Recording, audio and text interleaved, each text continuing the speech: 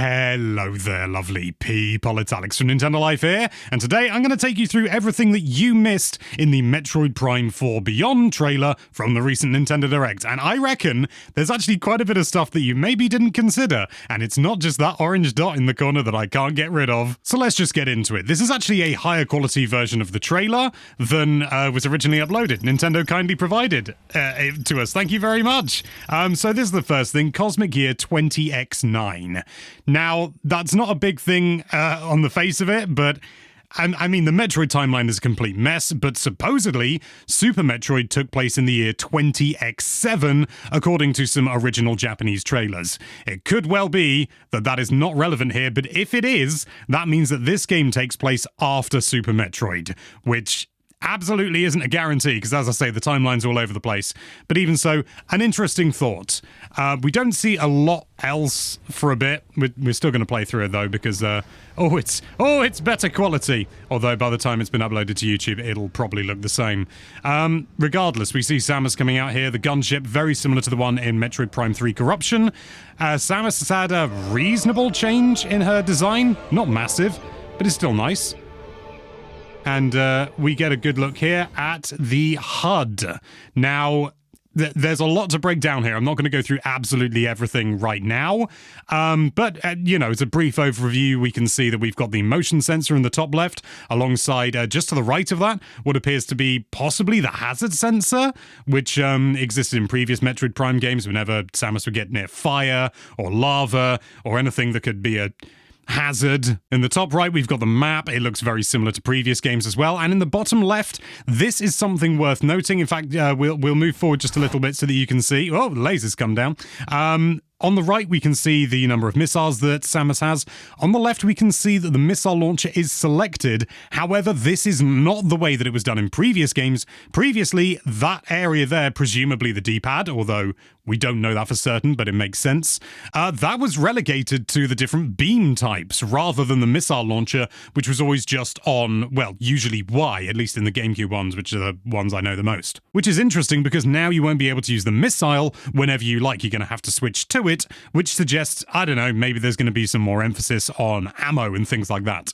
As you can see at the top there also, footage shown is still under development, which we knew. But anyway, let's move on. So it's quite loud in my ears, actually. So we get the first look at the space pirates here. Not going to focus on that too much because we will see them later on. The lock-on is returning, as you can see here.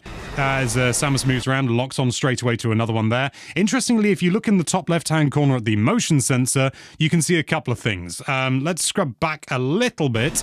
And, the audio plays backwards as well. So you can see that there's a cross when it's the enemy that Samus is focusing on. Otherwise, it is a red diamond, or, it's a square on its side.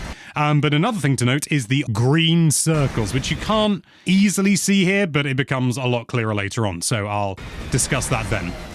We get a decent look at the ships here. The ships are presumably space pirate ships. There's nothing to confirm that, but the space pirates are here, so it makes sense. And then we move on here. We get this rolling, it's not a log, but it's something. It's a tube, presumably.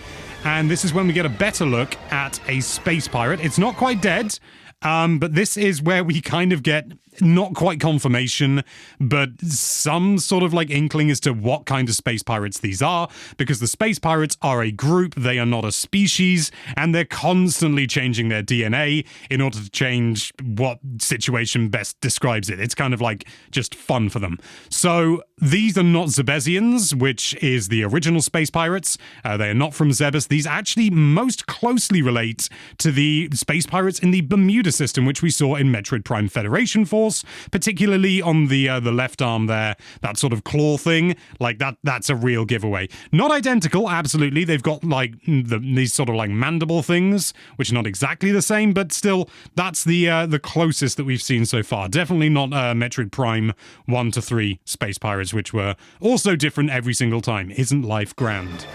There's not much else we can see here apart from, whoa, scanning's back, but I don't think you need me to point that out here. There is a moment here, and I just want you to pay attention. This is a weird thing, but there's a slight, stutter when Samus goes into the morph ball. This has been present in all the games as far as I know. Here we go. There it is! Just a few frames dropped there. Let's have a look at it again. Way! I don't know why that makes me happy. We can see some space pirates setting up a bomb here. They set us up the bomb. Morphball bombs are back as well, as you can see in the top there.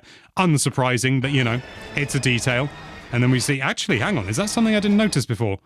There's some sort of, like... It looks like Samus may actually be able to come out of this vent here. I genuinely didn't notice that before, but you see how it's burst open? It's possible that she can't, but even so... It'd be cool if she could, you know, maybe you can have a choice. Do you go down, you know, do you go around this thing or do you come down? I like choices in games. They make it fun. It could also just be set dressing. So the space pirates burst through and we can see Federation soldiers down here. We know that this is a research facility, which seems to be where a lot of Metroid games start, and rightly so. Research is fun.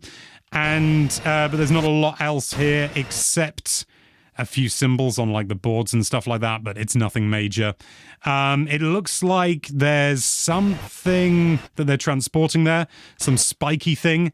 Difficult to tell what it is, but it's clearly of importance. They're sort of ferrying it along. But again, we'd just be speculating at this point with very little evidence. Even so, cool scene. I like it. More space pirates! Where? One thing to note here is that the movement of Samus's arm cannon is stiff, as though it's just using the right stick and then locking on, which is fine, but it does not guarantee that we've got motion controls this time. I would be surprised if they didn't include them like they did in Metroid Prime Remastered, but even so, we don't see it here, so I suppose that's something maybe worth mentioning. But as you can see here, those green dots on the motion tracker in the top left, if you look down, further down on the screen on the left-hand side, oh, it's Galactic Federation troopers. Yep, that's what the dots are. They're friendlies, which is an interesting thing to include. It kind of suggests that maybe we're going to see more friendlies later on in the game. Maybe not. We don't know. Maybe Samus loses the motion tracker, as she seems to lose everything at the start of every game. But then we get to this scene where Sylux bursts through. Spoiler alert, obviously. We do see something of marginal interest here, which I'll see if I can get there pretty much, and then we'll go frame by frame. So if you look at this space pirate, the one just to Sylux's right, the one nearest him, if you see, we get, boop, just there. So... we see a difference in the level of detail. So this is low detail, and then the next frame, high, low, high, low, high, low, high. It happens on the other space pirates as well, but that one's the clearest. If you don't know who Sylux is, that's fair enough. Not everyone does. But here we see Sylux, and there's an important distinction there, but it's not visual. So if we can just listen to this now. I'll bump up the audio for you.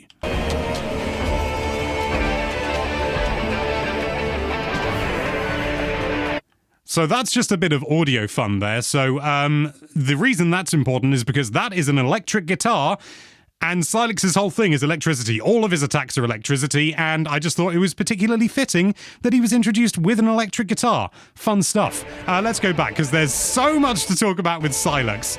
Not so much in what you see here, although there is obviously two very large things that we need to talk about. Well, actually, they're not that large, but even so. A little bit of background, because I imagine there's a lot of people who don't know who Sylux is. And I think it's rather important because he's a bit of a big deal. So Sylux was first introduced in Metroid Prime Hunters as one of the other bounty hunters that Samus was fighting, and indeed one of the ones that you could play as in the multiplayer. He was good fun, he had the shock coil as his weapon, again electricity as I mentioned before, and he has an alt form very similar to Samus's morph ball called the Lockjaw. That's really just gameplay stuff, but Sylux as a character is very interesting for a couple of reasons. So, most villains in Metroid tend to just be space pirates, largely. Not all the time. We've had things like Metroid Prime. Yeah, Metroid Prime is a character as well as a series, but generally they are space pirates, you know, characters like Ridley, Kraid, all that sort of thing. They're space pirates. They just want to take over the galaxy, and the Galactic Federation are in the way. They don't hate them. I mean, they don't like them either, but, you know, they're just in the way. They don't consider any emotion towards them, negative or otherwise. By contrast, even though we don't know that much about Sylux, one thing we do know is that he absolutely loathes the Federation and Samus by association. His weaponry and armor is all stolen Galactic Federation technology, and in Metroid Prime Hunters, he was not working with the space pirates, and we know this for a fact because Weevil, another one of the bounty hunters in Metroid Prime Hunters, is a space pirate, and Sylux is fighting actively against Weevil as well as everyone else. And yet, what do we see if we go back? Sylux here with space pirates has Has he formed an alliance with them? Has he sort of bartered with them? Is he controlling them? We just don't know. It's definitely an interesting notion to consider. What's even more interesting and slightly more obvious is the fact that he's got 2 flippin' Metroids next to him. So one of the reasons Silex is a pretty big wheel down at the Cracker Factory is because he has been teased not once but twice in previous Metroid Prime games. Once at the end of Metroid Prime 3 Corruption, and once at the end of Metroid Prime Federation Force. In the former, we just saw his ship and it was like, oh, that looks like Silex's ship, and that was kind of fun, and, you know, clearly showed that they wanted to include Silex in the future. However, in Federation Force, we see Silex breaking into a Galactic Federation facility where they've got flippin' Metroids. As we know from Metroid 2, Metroids can imprint themselves on other things, not just Metroids and Queen Metroids and stuff like that, because that happens with, I'm gonna say it, the baby. The baby Metroid that hatches at the end of Metroid 2 imprints on Samus and then follows her around as though Samus is her mother. And that is exactly what Silex does at the end of Metroid Prime Federation Force. He finds a Metroid egg, hatches it, and presumably the Metroid imprints on him and thinks, hello, mummy! What's curious though is that that's a standard Metroid, which, as far as we're aware, do not reproduce through division like cells. I mean, they look a bit like cells, but they're a tad more complicated than that. Now, before anyone at me in the comments, I'm well aware that fission Metroids exist, but they only existed in Metroid Prime, and they were a mutant. It's possible that these are fission Metroids, but I don't know, doesn't really line up. Also, tiny little detail, the Metroids on the side kind of reflect Samus's own shoulder bits, which I thought was fun. So it's fairly safe to assume that Silex is going to be the primary antagonist in this game. Whether we see other antagonists such as Ridley and stuff like that, we just don't know. The trailer doesn't let us know because that would be too much. One little thing here though, bit of a tech thing, and this is most likely just done for this one scene, but that reflection of Silex in Samus's visor looks fantastic, and it's no doubt just a reflection map that has been made just for this scene rather than it constantly being there. As much as anything, you tend to be on the other side of the visor. But even then, for something like the Switch, that is a nice, I've gone too far. That's a nice looking reflection map. Like, there's even a little bit of wobble in the imperfections in the visor. God, it's good. And finally, after that, we see the Metroid Prime 4 Beyond logo. There we go, Beyond! And there's something interesting to note here. Well, for one thing, it's definitely coming to the Switch. But more interestingly, the symbol in the background appears to be that of a black hole, with the event horizon and all the stuff gushing around it. Now, naturally, black holes don't have glowing purple stuff in the middle, but it's a little bit of artistic license. It very much resembles a black hole in pretty much every other way. What that means for the grand story, we don't know. Maybe Samus gets sent into a black hole and they ignore the fact that that wouldn't send her into another world, but maybe it does. It's saying beyond, so it's possible that there's going to be wormholes, something like that. Maybe this is a wormhole and it just happens to look like a black hole. We don't know. At the end of the day, it's science fiction, not science fact. But that's not all, of course. We also get to see a little bit of extra footage, and this is presumably the primary planet where the game will take place, because, you know, generally in Metroid Prime games, it's all, you know, you get the little intro area where it's all, hey, there's a Galactic Federation or a space pirate frigate or something like that, and then you actually go to the planet proper, and by this point Samus will presumably have lost all of her abilities. But she's still got a Varia suit, that's something. There's another thing to note there in the back, some sort of portal. That could be the whole sort of Beyond thing, maybe playing off that a little bit, and it could be that there are multiple planets that we can visit, all with the different biomes and things like that, and their own birds, as we see here, which have some nice little motion blur effect going on there. We get to see a load of flora and fauna and stuff like that, and yeah, we get to see a better look at this planet. And we don't get to see much, but one thing we do get is obviously a big tree. That's one thing, but more importantly, the year. No, not the year. In the left-hand side, we can see what is clearly a bridge. So this is a planet where there is, or most likely was, a civilization. That is an artificial structure. I would bet a lot on it if I was a betting man.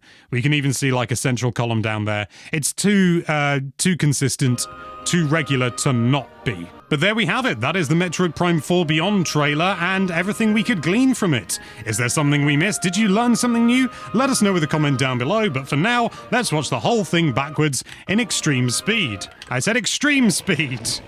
Extreme! Thank you so much for watching. If you like this video, then why don't you lock onto that subscribe button and be sure to check out nintendolife.com for all sorts of lovely Nintendo-related content. Thank you again for watching. Bye-bye.